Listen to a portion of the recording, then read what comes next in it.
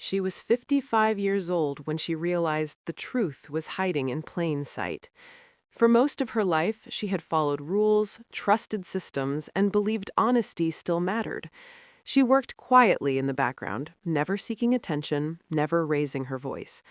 People like her were expected to retire gracefully, not to ask dangerous questions.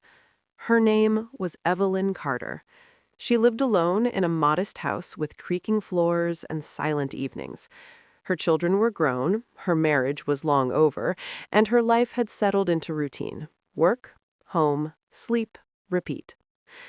Evelyn worked as a senior compliance analyst in a financial services firm. Not a powerful position, not a famous one, but it gave her access to records, reports, and numbers that most people never looked at closely. For years, the company had handled accounts for a massive global investment group, the kind of corporation that sponsored charity events, funded political campaigns, and appeared on magazine covers. Everyone spoke its name with respect. Everyone assumed it was clean. Until one late evening when Evelyn noticed something strange. It was a routine audit, just another stack of digital files, just another long night. But one transaction refused to make sense. The amount was massive, the destination unclear, the timing wrong. At first, she assumed it was a simple error. Someone had mistyped a code, someone had mislabeled an account. She flagged it and moved on. But the next day, another transaction appeared, then another, and another. Each one larger than the last, each one routed through layers of shell companies, each one technically legal on the surface, but together they told a different story. Evelyn felt a tightness in her chest. She had seen patterns like this before, early in her career, patterns that usually meant only one thing: fraud. She printed the records and took them home. That night, she could not sleep. The numbers replayed in her mind like a warning siren. Over the next weeks, she began working quietly, staying late, coming in early, cross-checking records, comparing timelines. What she found made her hands shake. Billions of dollars were being moved across borders, hidden behind fake subsidiaries, disguised as investments and consulting fees. Money was vanishing, and no one was asking where it went. When she tried to bring it up to her direct supervisor, he smiled politely, told her not to worry, told her these accounts were handled by executives far above their level. Let it go, Evelyn. That is not your concern. But it was her concern, because she knew what would happen if the truth came out. Pensions would collapse, savings would disappear, lives would be destroyed. She approached the internal ethics department. They thanked her for her diligence, promised to look into it. Weeks passed, nothing happened. Instead, she noticed subtle changes. Her access to certain files was restricted. Meetings she once attended were suddenly canceled. Colleagues stopped making eye contact. One afternoon, she found an anonymous note on her desk. "Be careful." That was when she understood how deep this went. This was not a mistake. This was not mismanagement. This was a billion-dollar scam protected by silence. Evelyn faced a choice. She could step back, protect her job, protect what little stability she had left, or she could continue, knowing the cost might be everything. At 55, she was supposed to be invisible, too old to matter, too tired to fight, but something inside her refused to back down. She thought about the people whose money was being stolen, retirees, families, workers who trusted the system. She thought about her younger self, the woman who once believed integrity mattered. That night, she made a decision. If no one else would touch this, she would, even if it destroyed her. And she knew this was only the beginning. After the decision was made, Evelyn could no longer pretend nothing was happening. Every day at work felt heavier. Every hallway felt longer. Every conversation felt watched. She stopped trusting casual smiles. She stopped sharing her thoughts. She learned how quiet fear could be. The first real warning came during a closed-door meeting. Two senior managers sat across from her, their voices calm, their expressions empty. They told her the company was restructuring. They told her role might soon be redundant. They told her loyalty was remembered. Evelyn understood the message clearly. Stop digging. She returned to her desk with trembling hands, but instead of slowing down, she became more careful. She copied files, saved records, documented timelines. She learned how to hide her work, how to leave no digital trail, how to move like a shadow. At home, her life began to unravel. She received silent phone calls late at night. No voice, just breathing. Her mailbox filled with strange messages, some polite, some threatening. One said, "Accidents happen." She reported everything. Nothing was done. Her health suffered. Sleep disappeared. Food lost its taste. But she kept going. Weeks later, she was called into Human Resources. They accused her of misconduct, of violating company policy, of accessing files without authorization. She knew this was retaliation. They placed her on administrative leave. Her company email was cut off, her badge deactivated. Just like that, 23 years of service erased. When she walked out of the building, she felt something break inside her. Not fear, not anger, grief. At home, she stared at the walls. Bills piled up, savings drained quickly. Friends advised her to move on, to protect herself, to think about her age. "Who will hire you now?" they asked. At night, she questioned herself. Was she wrong? Was the truth worth this price? Then one morning, she received an encrypted message from someone inside the company. "You are not alone." The sender warned her the scam was larger than she imagined. Executives were involved, regulators were compromised. But there was hope. There were others watching, waiting, afraid. They needed someone brave enough to step forward. Evelyn knew what that meant. She contacted a federal whistleblower hotline. Her voice shook as she spoke, but she did not stop. Days turned into interviews, documents exchanged in secret, meetings held in quiet rooms. She learned how slowly justice moved, how carefully power protected itself.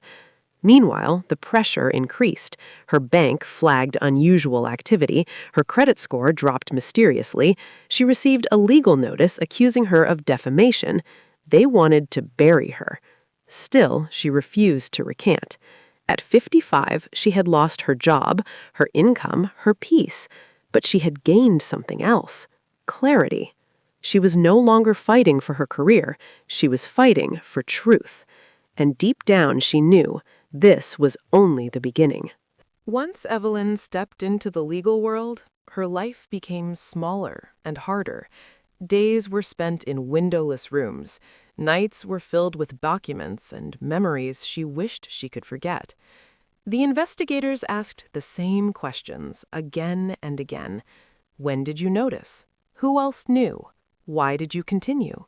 She answered everything, honestly, even when her voice cracked, even when her hands shook. She handed over years of evidence: transaction trails, internal emails, hidden agreements. Each document revealed how carefully the scam was designed. Money moved in circles, losses disguised as profits, fake success built on stolen billions. But progress was slow. Months passed without action. No arrests, no headlines. The powerful people she accused continued living comfortably, attending conferences, giving speeches, smiling for cameras. Meanwhile, Evelyn sold her car, canceled her health insurance, stopped answering calls from old friends. Some believed she was exaggerating. Others were afraid to be associated with her. Isolation became her constant companion. Her lawyer warned her, "These cases take years. You may never see justice." Some nights she cried quietly, not because she wanted to quit, but because she felt invisible. At one point, the investigation nearly collapsed. A key witness withdrew, citing personal reasons. Evelyn suspected pressure, money, fear. She felt the weight of responsibility crushing her. If she failed, the truth might never surface. Then, something unexpected happened. A young investigative reporter contacted her. He had heard rumors, pieces of a story no one wanted to publish. Evelyn hesitated. She knew speaking publicly could destroy what little protection she had. But silence had protected the wrong people for too long. She shared a fraction of her evidence, just enough. The reporter listened, asked careful questions, promised nothing. Weeks later, a small article appeared online. No names, no accusations, just questions. The reaction was immediate. More messages arrived. Former employees, accountants, consultants, each carried another piece of the puzzle. Evelyn realized she had never been alone. They had all been waiting for someone to go first. The evidence grew. The pattern became undeniable. Regulators could no longer ignore it. Investigators expanded the case. Still, the pressure intensified. Her lawyer received warnings. Her email was hacked. Her home was watched. Fear returned, but it no longer controlled her. At 55, she had already lost what she feared losing. Now she was fighting for something larger, justice. And she knew, the closer the truth came to daylight, the more dangerous it would become. The final battle was approaching. The moment the case became public, everything changed. What had once been whispered in closed rooms was now spoken carefully on screens and in headlines. Not loudly, not boldly, but enough. Enough to make powerful people uncomfortable. Evelyn saw her name appear for the first time, not as an employee, not as a troublemaker, but as a whistleblower. The reaction was swift. Lawyers appeared on television dismissing the allegations. Executives released statements claiming transparency. PR teams flooded the media with distractions. And behind the scenes, retaliation reached its peak. Her lawyer warned her to be careful. Her phone was no longer safe. Her routine was no longer private. One evening, she returned home to find her door forced open.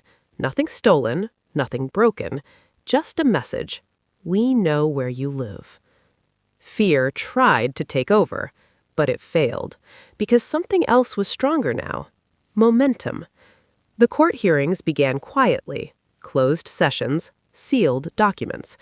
Evelyn sat in rooms filled with people who avoided her eyes. Men in expensive suits, women who spoke only when necessary. She testified for hours, days, weeks, her voice steady, her memory sharp. They tried to confuse her, tried to trap her in technical language, tried to paint her as bitter, as unstable, as mistaken. But the documents spoke louder. Transaction paths, email chains, signed approvals. Each piece tightened the net. At one point, the case nearly collapsed. A judge questioned jurisdiction. A regulator attempted to delay proceedings. A key document was challenged. Evelyn felt the ground shift beneath her. Years of sacrifice, years of loss, all at risk. That night, she sat alone in her house, surrounded by boxes, her life reduced to what mattered. She wondered if this was where it ended, not with justice, but with silence. Then, early the next morning, her lawyer called. Another whistleblower had stepped forward from inside the executive circle with evidence that could not be denied. The tide turned instantly. Emergency hearings were scheduled, agreements revoked, immunity deals discussed. For the first time, the people who had hidden behind power looked afraid. Evelyn watched from the back of the courtroom, invisible again, but this time it did not hurt, because she knew the truth was no longer hers alone. It belonged to everyone, and now no one could stop what was coming. The final hearings did not feel dramatic at first. No shouting, no sudden confessions, just facts. Facts stacked carefully, methodically, relentlessly. The courtroom was filled with tension that could be felt without words. Executives sat stiffly. Lawyers whispered urgently. Journalists waited for confirmation. Evelyn sat quietly near the back, hands folded, breathing slow. She had imagined this moment so many times, but the reality felt strangely calm. The lead investigator presented the full scope of the scheme. Years of manipulation, billions hidden, thousands of victims. When the final number was revealed, a low murmur spread through the room. It was larger than anyone had expected. The judge listened without interruption, then asked a single question. Is this evidence complete? The answer was yes. That was the moment everything changed. Arrest warrants were issued, assets were frozen, accounts seized. Some executives left the courtroom in handcuffs, others lowered their heads, knowing their turn would come. Outside, cameras flashed, headlines exploded. The story dominated every network. A billion-dollar scam exposed. And for the first time, the world knew who had started it. They called her brave. They called her relentless. They called her a hero. But Evelyn did not feel like any of those things. She felt tired.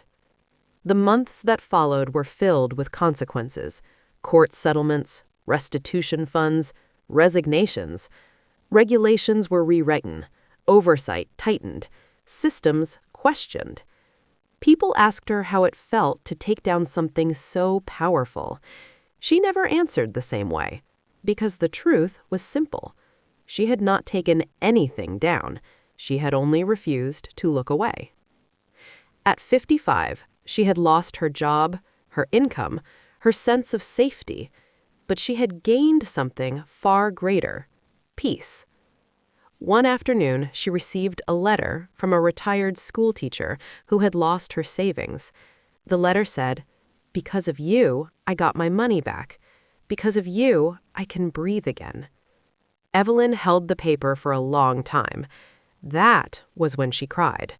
Not in court, not on television, but alone, quietly. Months later, she moved to a smaller town near the ocean, where mornings were slow and evenings were kind. She volunteered, she spoke privately to young analysts, she reminded them that numbers tell stories, and that sometimes the most dangerous thing you can do is tell the truth. At 55, she was supposed to disappear. Instead, she changed everything, and the world would never know how close it came to staying silent forever.